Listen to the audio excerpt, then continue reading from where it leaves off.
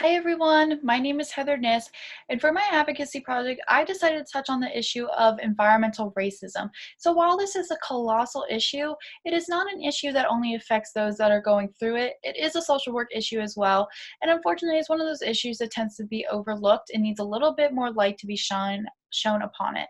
So to begin, African Americans are actually more likely than their white counterparts to live in hazardous areas, such as areas with landfills and industrial plants. So that being said, more than the 9 million people that live in these areas, half of them are African American and are 3 times more likely to die from things such as respiratory and lung issues. More specifically for my project, however, I'll be looking at the South Bronx community located in New York, which is 97% Hispanic and African American. I'll also be touching on how this is a social work issue due to the fact of the oppression and injustices they are facing at the hands of those outside of the community of their own.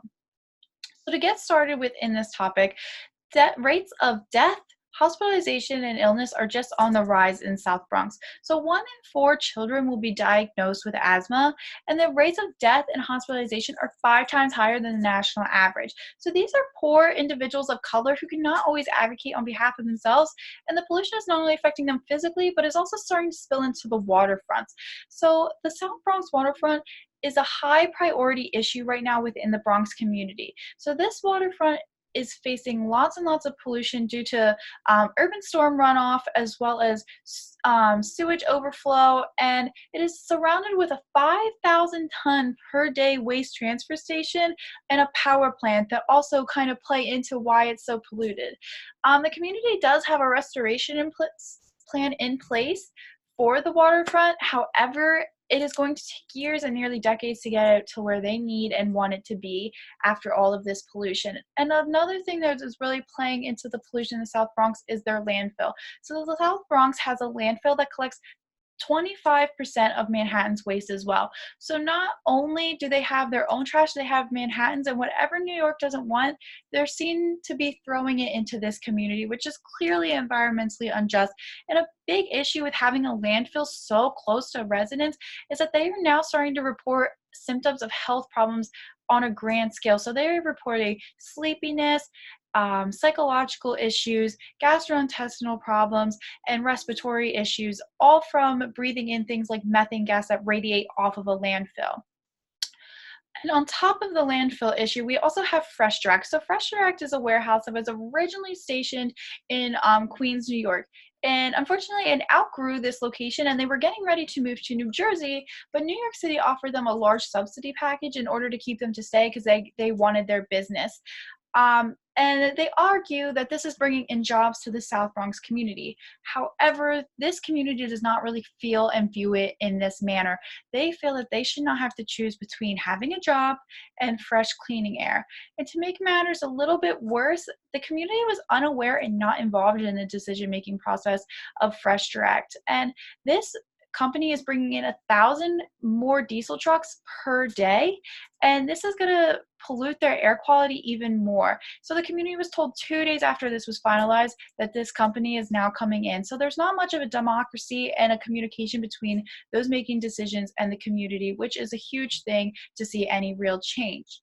So as social workers, something we can do in order to see progress with something like this is to educate. So in our Erickson text, the author talks about constantly the importance of educating others as social workers because no real change can come without the knowledge.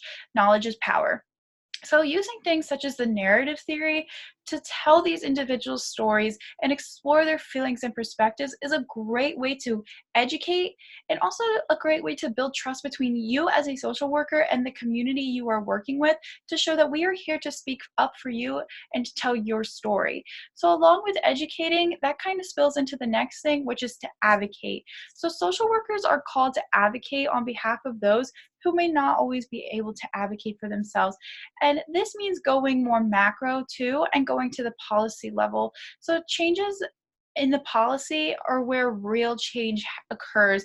And without people like social workers to come in and advocate on behalf of those who are struggling like those in the South Bronx community, no real change will be seen.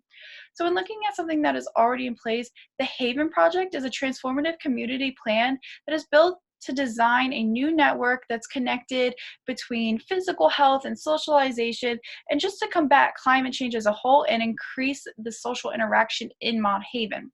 So, through partnership with Bronx-based organizations such as medical centers, um, they are trying to make a connection between open space and the importance of green and space and physical activity, and hoping to see a correlative decrease in hospitalization rates and costs. So, one example of this is a hypothesis that is currently put in place. And this hypothesis says that access to Randall's Island, which is a park located in the South Bronx community, will increase physical activity and be able to see improvement in those in the communities, both socially, psychologically, and physically. And the NYRP will harness this momentum in order to create real change and keep this moving. And Mont Haven has a strong coalition of community-based organizations activity, and the NYRP has a history of working and coming in and helping. And they recently actually planted 1,000 trees and helped with renovation with the Willis Avenue Community Garden.